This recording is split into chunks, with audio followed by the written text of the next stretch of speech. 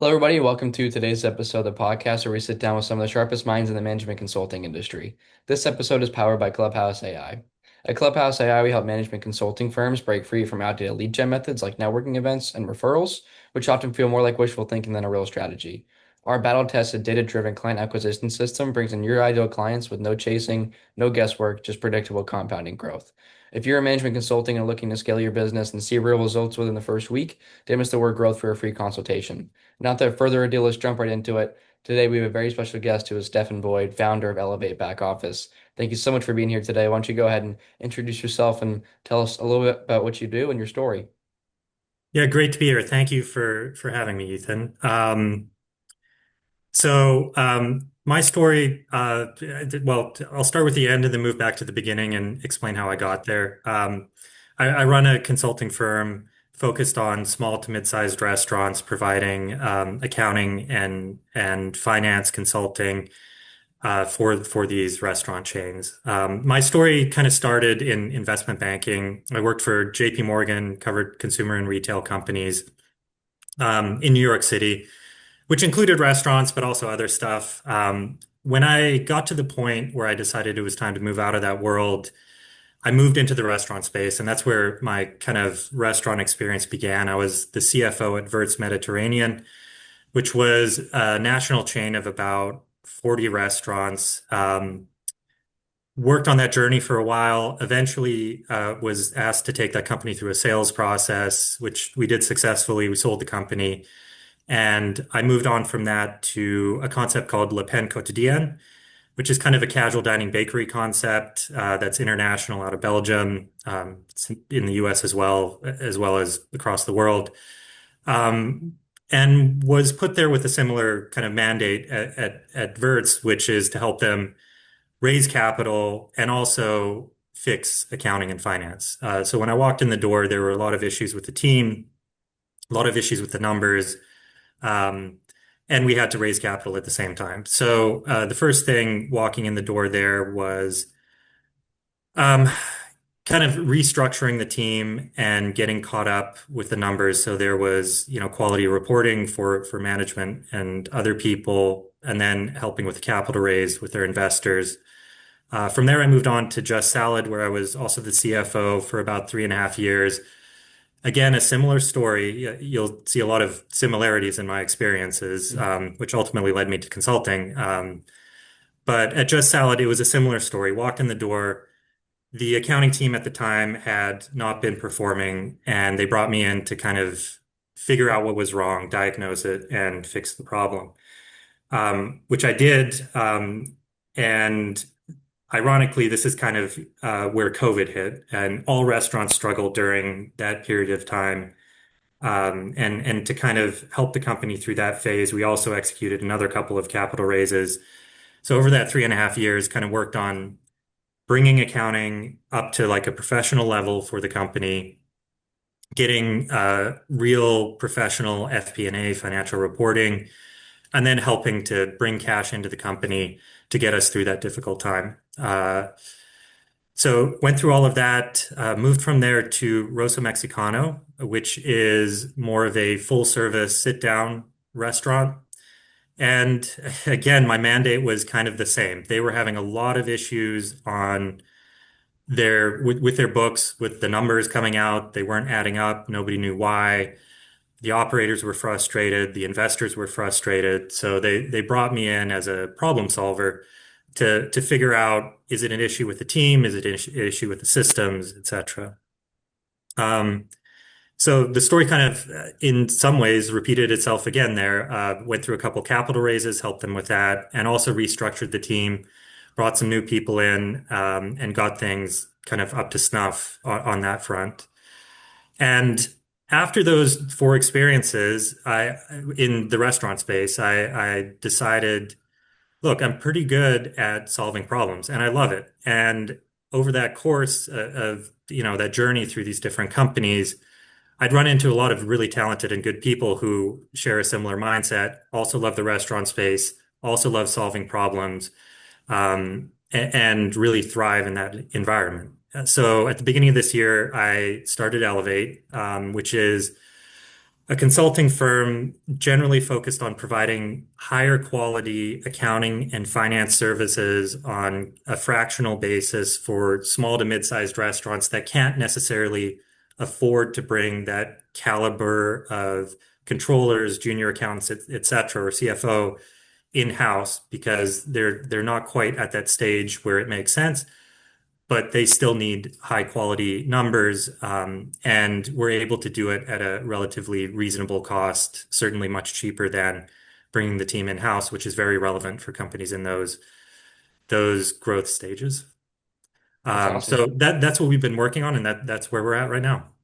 Awesome. It's an amazing story. I'm glad you went full in depth there of how you got to exactly where you are today and starting on in investment banking in New York City. I'm sure that was intense, and I'm sure it's a lot. I don't want to say slower pace, but I'm sure it's a lot more fun working for your own business than working on Wall Well, Street. you know what? A lot of people think that, but restaurants, anybody who's worked in the industry, restaurants are crazy in their own way. Investment banking has, long hours and an intense environment, but restaurants are organized chaos, and you either love it or you don't. But part of me loves it. Awesome, awesome. Well, I'm glad I'm glad you shared all that. I'm glad you can be honest as well. That's awesome. And with your company, with Elevate, how do you fit into the bigger picture? What's that look like for you? And what's your day-to-day look like? So how I fit into the bigger picture, I guess, is kind of twofold. The first is business development, which is kind of developing new clients. And for us, I should back up a little bit. Part of what we're trying to do with Elevate is there's a lot of firms out there that do accounting and finance consulting in general, Hmm. but not a lot that have a deep level of restaurant experience that understand the problems that restaurants deal with on a day-to-day basis. So part of our goal is to find the right fit of clients for our firm. We want to be able to find that client so we can deliver the value to create a win-win situation. And the win-win situation with a client, it goes both ways. We've got a certain skill set and they have a certain profile as a company. And we are really, really well equipped to help clients that are in that. I mean, we've got clients anywhere from 1 to about 70 units or anywhere in between, but somewhere in that growth phase and don't necessarily have all the functions in-house or maybe can't afford them at this point in time, and or they have a mess. I mentioned in my overview of my background, there's been a lot of like people bringing me in as the person to clean up a mess. Um, so I know our skill set, and a big part of my role is being able to or spending time developing relationships with potential clients that need what we can offer. Because at the end of the day, it's not going to be a good fit if our skill set doesn't match what they need. So really sussing out that need in conversations with potential clients is a big part of my role. Also, uh, I think a second part of my role at the company is to act as that fractional CFO. And for brands that can't necessarily afford a two or $300,000 a year salary to bring a CFO in-house, but they still need somebody who can come in and maybe help with board meetings, investor communications, overseeing our Elevate team, the controllers, the junior accountants, all of the HR management and stuff like that. Um, and just kind of helping companies get that fractional CFO uh, uh, accessibility, I would say, on a day-to-day basis. So it's a mix between new clients and developing the relationships with them, and then existing clients and making sure that we provide what they need from a CFO perspective. Right. That's awesome. What I is? should also mention another thing that I spend quite a bit of time working with. I guess I said two parts. I'll give you Mhm. a third part. As part of our business development process, we offer like a free financial diagnostic to potential clients where we Yeah. come in and take a look at their financials, their systems, their team, etc., and just kind of say, look, here's where we think your team is strong. Here's where we think you have holes. Here's where we've looked at your financials. Um, we we think maybe your balance sheet is looking good, maybe your P&L or your food cost or whatever it is needs some work, stuff like that. Okay, awesome. So you're doing that real in-depth analysis rather than just providing the team and the resources, but you're providing those in-depth services as well as a CFO and like a full built out infrastructure of Correct. And we, an we in-house we do team that would. for free for potential clients because the thought process is, again, we're really focused on, we're not just trying to, part of our ethos is we're not a firm that's just trying to grab any client that's out there. We Mm, want it to be a mutual good fit because we're looking for partnerships where we know we can add value and they feel like they're getting value at a cheaper cost than they would be able to get elsewhere. And that takes a little bit of work, right? And right. in terms of feeling out the fit and going through this kind of thing for free because we're willing to show what we can do before we ask a client to pay us money. But going through that process actually helps us as well to figure out if we actually fit within that business and if we can offer the value. So it's a mutually beneficial process.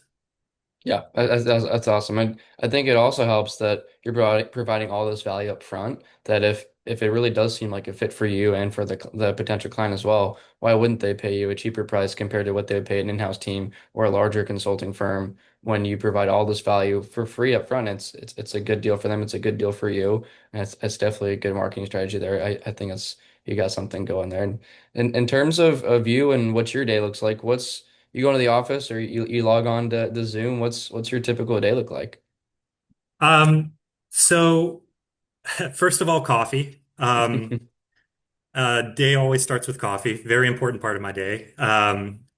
So, I'll wake up, take a few minutes to sit, wake up, have a cup of coffee, and then I jump into my day. And so I try to section off my day in broad strokes.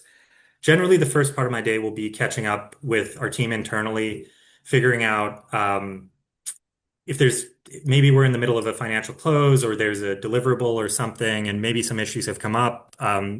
Just getting up to speed on what the issues are, what needs to be dealt with for the remainder of the day, if there's any fire drills that we need to put out, and just making sure I'm up to speed on where we're at with our current Yep. clients. And then after that, I'll generally move into client calls kind of towards the middle of the day. And with our clients, oftentimes we have weekly catch-ups, or again, it might be a more acute project where we're in here to solve a specific problem or something like that. So there might be calls on that throughout the middle of the day. That tends to work. We've got clients on both coasts, so kind of towards the middle of the day to mid-afternoon generally works well for those calls. I'm located on the East Coast time zone.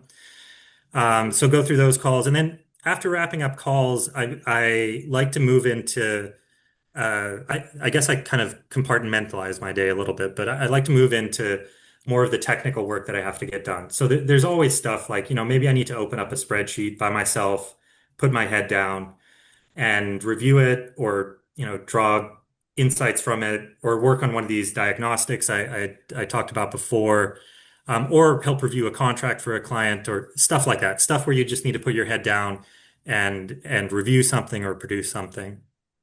So once the calls quiet down, I'll move into kind of that phase towards the end of the day. And then every day, I really like to kind of, before I wrap up for the day, I like to take a little bit of time to both, on a daily basis, to both look back at the day and figure out, or just analyze it, figure out what went right, what went wrong, what we could have done better. Did we achieve our objectives? And then to look forward to tomorrow and figure out, okay, tomorrow, what are tomorrow's goals? And what do I want to accomplish tomorrow? What do we need to accomplish tomorrow? What's the priority? And get that all lined up in my head so that when I jump into the next day on my calls with my team, I can align everybody behind that. And something I've learned in consulting, I think, is that consistency really matters. It's it's a game of incremental progress day by day, when you're building a consulting firm.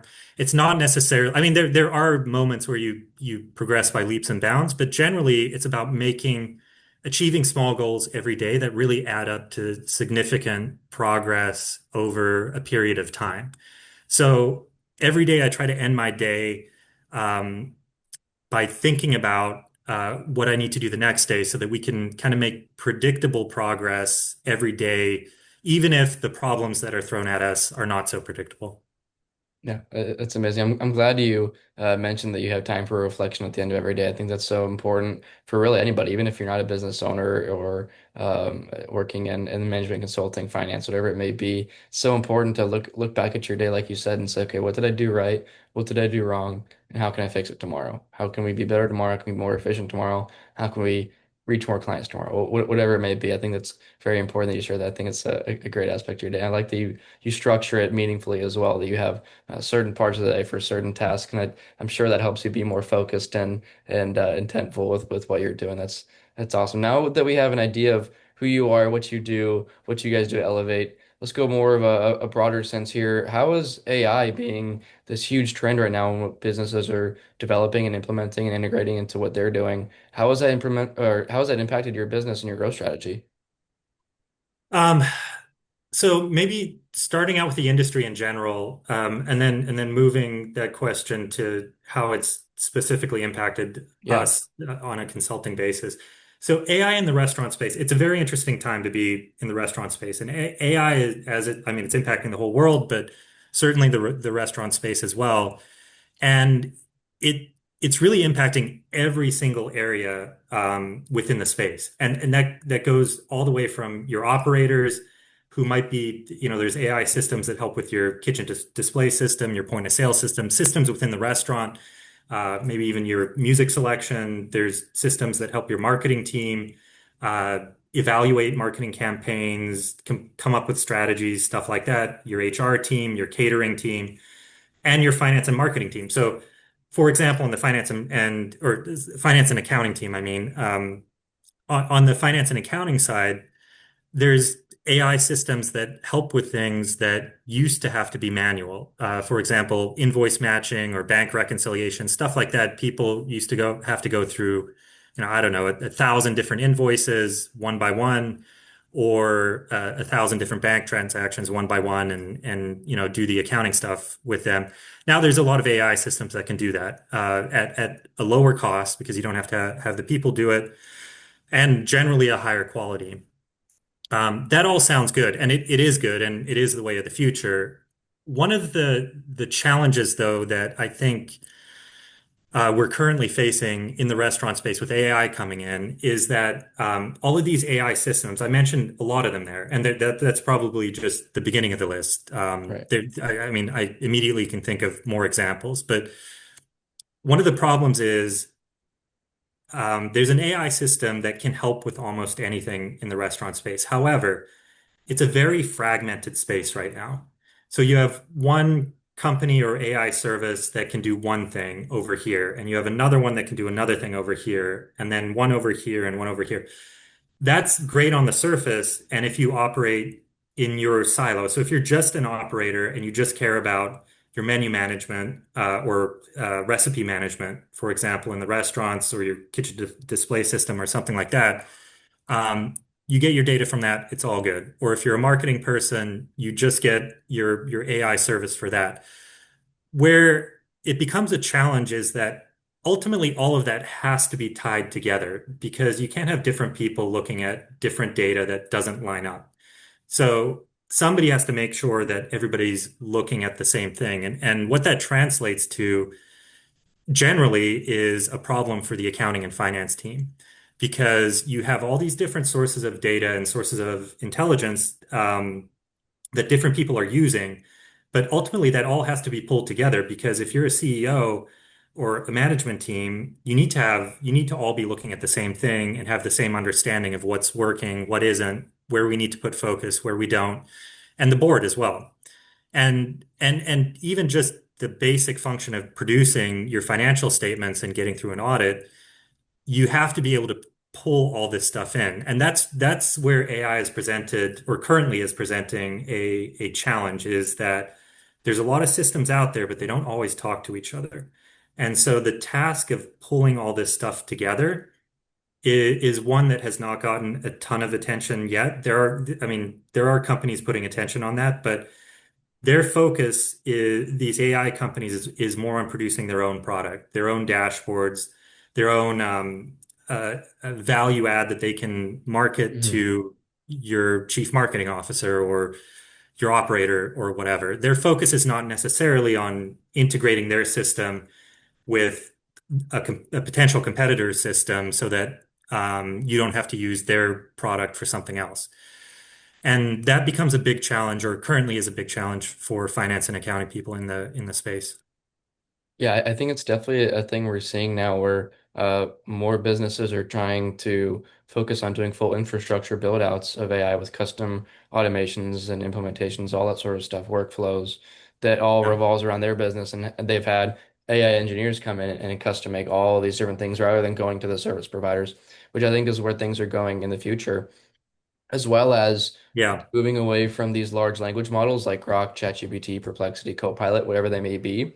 And we're even seeing businesses develop these small language models that are specific to the businesses. So let's say we go and Elevate, they'd have a whole ChatGPT specific to your company. Mhm. It would have all the general information that you need to make decisions on your business, all integrated with your CRM that would say, we've worked with this client in the past and we have, this is from our marketing team, this is from our finance team.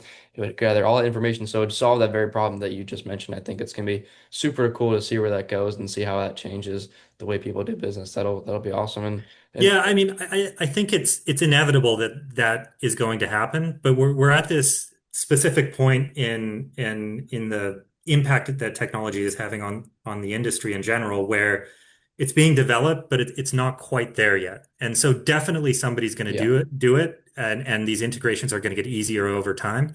But we're at a point in time which is a transitory point. We're definitely not, it's definitely going to progress in that direction. Hmm. But where we are today is that it is a great difficulty with all these new systems out there that all have different these large language models, et cetera, that all have different ideas and opinions based on whatever's being fed into them on what we should do. And figuring out one cohesive view for the whole company is still a challenge for finance and accounting people. Yeah, yeah, definitely 100% agree with you there. We're definitely in that phase where we're close, but we're not there yet. We know we're still we're almost there, but it'll be maybe a few more years before that's uh, a standard, like having Google or whatever it may be, and using for your business. And in terms of you guys, how are you guys using AI to grow your business and to be more efficient? I mean, we use it just like everybody else wherever we can. So I Hmm. mentioned before some of the finance and accounting applications from a technical perspective to help streamline the closing process. I think I mentioned invoice matching and bank reconciliations as an example, but also, Hmm. credit card approval systems and the payment process, and really everything feeds into accounting and finance. The HR systems have to feed into it, and scheduling and stuff like that, and we get involved with that as well.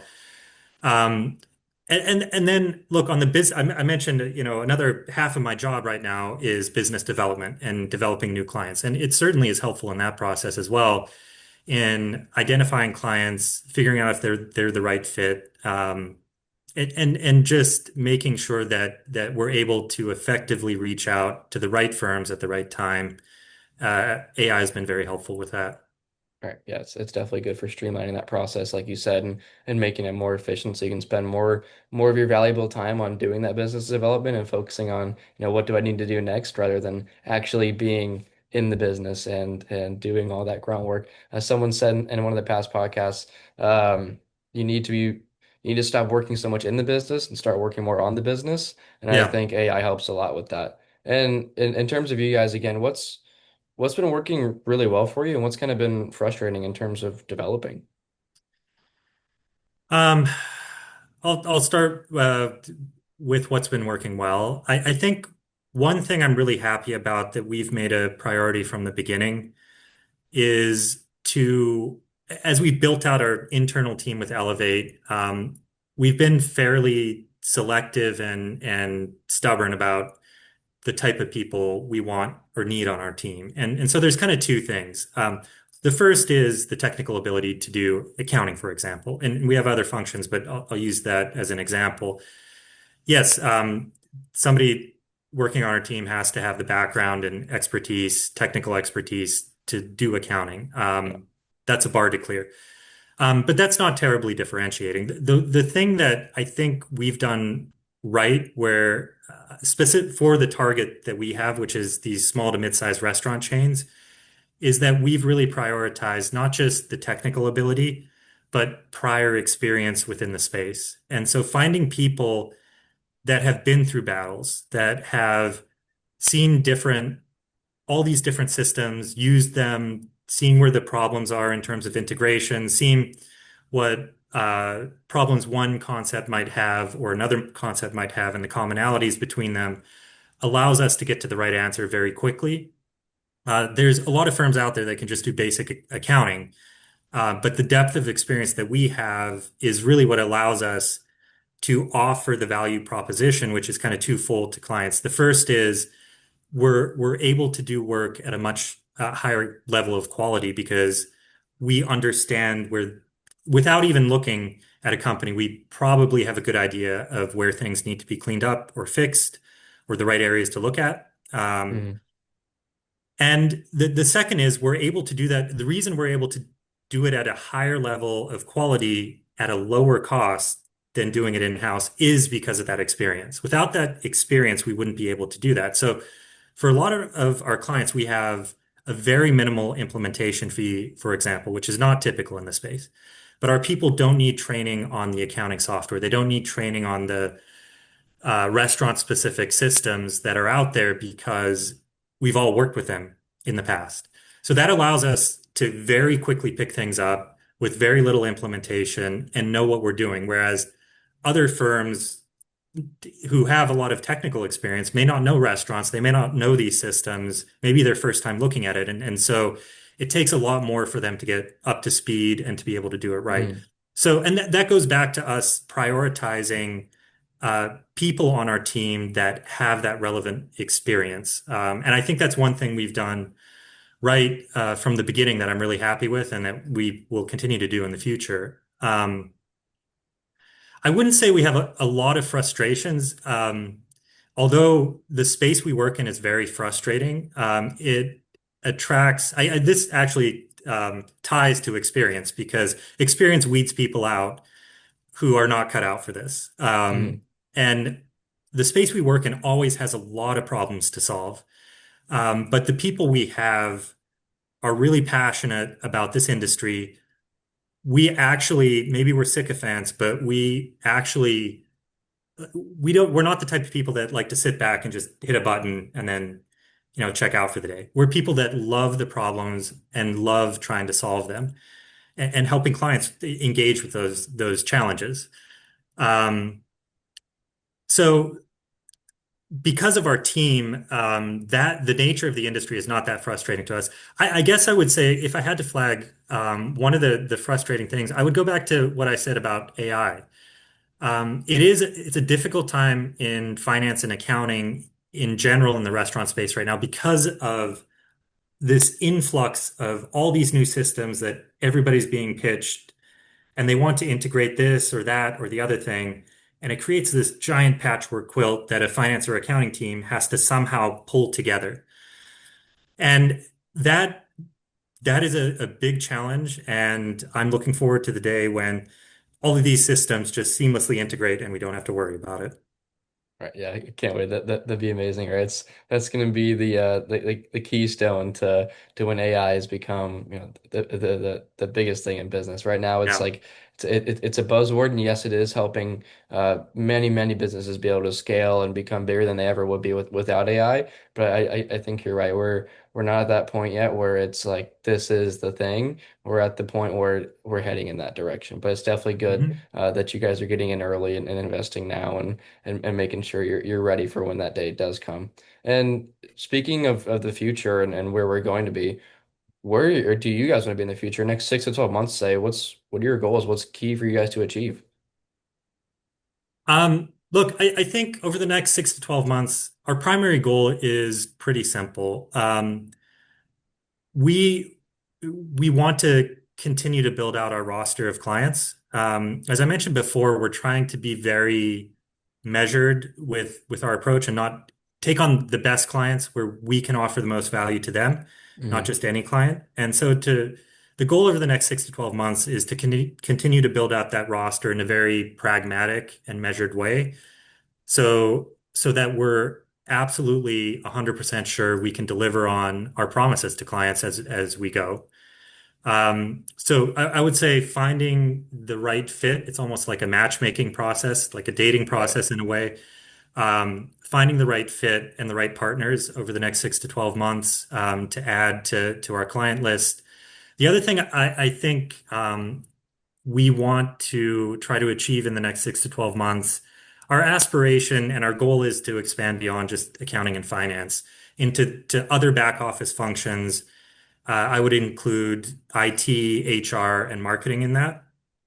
Things that, nobody starts a restaurant because they're super passionate about IT, right? People start restaurants because they're passionate about food, the menu, the design, concept, stuff like that. And finance, accounting, IT, stuff like that is more, you just want it done, you want it done right, and you don't want to worry about it. That's the ideal state. You want to know it's right. You want to know that it's done on time. You don't want to pay too much for it. And that's it. So I think over the next 6 to 12 months, our goal is to kind of build out some of these other functions to become a platform that restaurants can go to, restaurants who are in that phase where they don't necessarily have the money, or maybe it's not the right time to bring the full team in-house, but they need the expertise. Hmm. And they don't want to work with five different outsourcing firms, five different points of contact, five different contracts they have to negotiate, five different bills they have to pay, all this stuff. And we're looking to kind of build out that platform so we can bring it under one umbrella in an a la carte way so that restaurants can come to us. We're a trusted partner. We build that trust has to be built, but once that trust is built, they can trust us in these different areas.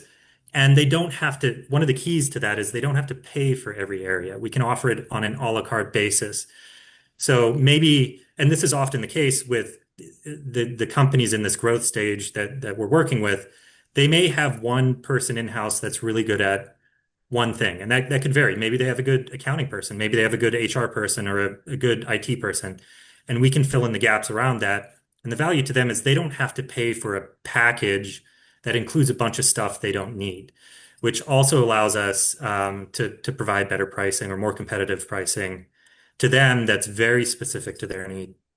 Yeah. Yeah, I think that even ties back into what we were talking about with AI is making it specific to the business and making it work Yeah. for them rather than just work for the service provider. And yeah, I definitely think that would be even more scalable for you guys if you can become a one-stop shop for anything that a small to mid-sized restaurant chain needs rather than just being the specific finance and accounting consulting firm. You now have, like you said, access to helping them with IT, with their marketing, whatever else they may need, and it makes it a lot more attractive to come to you rather than going and it even actually goes back to the patchwork, like you said with AI. They've got all these different providers. They may have their marketing team or their marketing consultants that help them with their marketing. They've got their outsourced IT staff that comes and helps them with their IT. Now they'll just have you that comes in and says, "Okay, we're gonna help you with this. We're gonna help you with that. We're gonna charge you this." I'm assuming it's just gonna be like a retainer fee that covers kind of everything, rather than saying going and charging them these different prices for everything. I think that's awesome. I think that's definitely gonna be super scalable. I'm glad you guys are doing that. I'm glad to see where that goes in the future. And in terms of you and for your business. Why do this now? Why scale the business? What's in it for you personally? Um, Look, I mean, one of the reasons, going back to why I decided to go into consulting, I really enjoy working with good people and making an impact. And this ties into, I was mentioning we when we hire on our Elevate team, experience is really important because we want to work with people that know how to. We never, let me rephrase that. We never want to be in a situation where we have a client where we're not really able to do much for them and they're paying us money for that. Hmm. That doesn't make sense for them. That doesn't make sense for us. So I enjoy having an impact. I've fallen in love with the restaurant space in particular, and the people and in this space, the mission that people have. Um, So we're working with the best people was a big motivation to start Elevate, and just being able to do what I love, and make money doing it. Obviously, we all need to make a living, Right. but for me, it's definitely a way to build an all-star team and be able to work with them on problems that we all really enjoy working on and are really good at.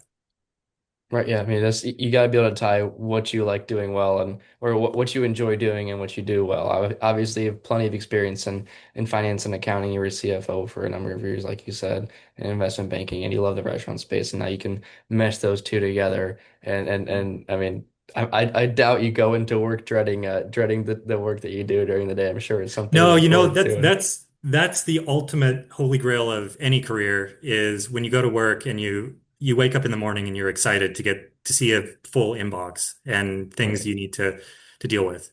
And you or you're excited to call somebody on your team and work something out. That's the holy grail of any career, I think, is to put yourself in a position where work is what you just really are passionate about and love to do. Yeah, that's amazing. It makes your business even more scalable, right? Because you're working for continued success and you're working for to be able to continue doing what you love doing rather than, it just being a phase in your life. You're working to keep that as a legacy, I'm sure, for your family and for the people in your life that you want to leave that behind for them. And it becomes something that they can then work on too and build a love and a passion for us. That's awesome. Well, we've covered almost everything I want to cover today. I thank you for sharing all that you have and diving deep into what you do and why you do what you do. But before we go, I was wondering, what's the biggest lesson you've learned along your journey as an entrepreneur, a business owner, maybe in finance as well, that's helped you become who you are today? Um, I think, well, I'm going to give you two. I know you asked for one. Of I'll course, give you go for two. it.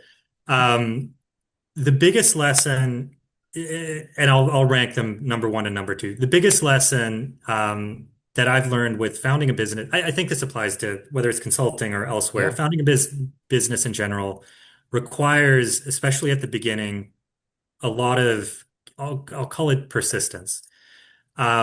There inevitably are going to be a lot of ups and downs, and there's going to be days when things go right and days when things go wrong. And as a leader, uh, in any startup, you have to maintain your vision and not let mistakes or when things go wrong, not let that throw you off and continue to focus on building, building, building. So you really have to be ready for that roller coaster, and it requires a very steady mindset, I would say. So any entrepreneur out there that's thinking of doing this, when the first thing you start it, the first thing goes wrong, don't get discouraged. That happens to everybody who goes down this path. And in order to get to the end, um, you really have to continue to be persistent and fight through the hard moments and celebrate the wins. So that's number one. The other thing that I've really gotten a lot of value from is mentorship. And I'll be more specific with that. I think what mentorship does is it provides you with a wealth of experience that you might not necessarily have yourself. And that most people think of mentors as people who have been in this industry or on this path for much longer than you have, which is true. And those people are incredibly valuable. But something people don't necessarily think about is mentorship from the people around you and the people on your team who may even have less experience than you. But the reason it offers value, whether it's somebody who has more experience or less experience, is you can learn from other people's experiences. And they've probably made mistakes that you don't necessarily have to make. So there's going to be a lot of points where you have to choose path A or path B, and it could be a significant decision. And maybe you don't have experience with that, but having mentors around you or listening to the experience of people around you can help you benefit from their experience. It's a magnifier of your own experience. And so everybody wants to get to the end state of success, and this will get you to that end state much faster without making or without repeating a lot of the mistakes that other people have made before you. So surrounding yourself with the right people, which could be mentors not involved with your business, but people that have relevant experience and or people on your team that maybe report to you they have equally good feedback, and you need to keep an ear to that and view them all as mentors. Yeah, that's awesome. I'm actually glad you shared both of those together rather than just one or the other because I think those go hand in hand. In starting up a business, it's inevitable. You're gonna make mistakes. You're gonna mess up. Yeah, You're not gonna do what you're trying to do the first time. And when you make those mistakes and you fail, that's when you go to your mentors or your peers and say, okay, I messed this up. What do I do now? Like where did I exactly. go wrong? How do I make this better next time? And you take that feedback and punch it back and hopefully make less mistakes. But you're gonna keep making mistakes. That's what it's just a loop. You keep going in that circle of saying, okay, I made this mistake. How do I fix it? And having that networking and group of people around you to be able to help you out and provide different perspective on things that you might not have experience in or might not have experienced before. I think that's an amazing thing to have. And everyone, even if you're not a business owner, an entrepreneur, even if you're just working a 9 to 5, maybe you're working at McDonald's or something, you're not performing well at your job. You still need to be able to uh, notice your mistakes and continue to improve yourself every day and speak with people that have more experience and will be able to help you. I think that's Yeah, awesome. that's Well, right. listen, Stefan, thank you so much for being here today. I think it's been amazing. You've shared some valuable insights into the restaurant industry and your industry of management consulting. And I think you guys are going to do great things. And again, I thank you so much for coming on today. I appreciate that. And if you'd allow me a quick plug here, Of course, if yeah. anybody out there might have a need, I mentioned we were serving clients anywhere from one to up to 70 units Hmm. in the restaurant space, kind of in that growth phase. Anybody that might have a hole or a need in their finance or accounting department, we're there to help. We're very good at what we do. And you can find us at www.elevatebackoffice.com. And I mentioned earlier, we're also happy to come in, no strings attached, and do a free financial diagnostic for anybody, and figure out if there's a fit. And if there isn't, they could walk away with a bunch of great insights. And if there is, we might be able to save them a lot of money and solve some problems that they're dealing with in their business.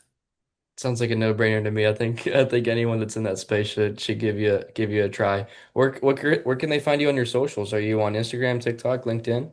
LinkedIn is the best place to find me, Stefan Boyd, or if you look up Elevate Back Office, you'll find me there as well. Awesome. Thanks for coming, Stefan. Thanks for having me. Appreciate it.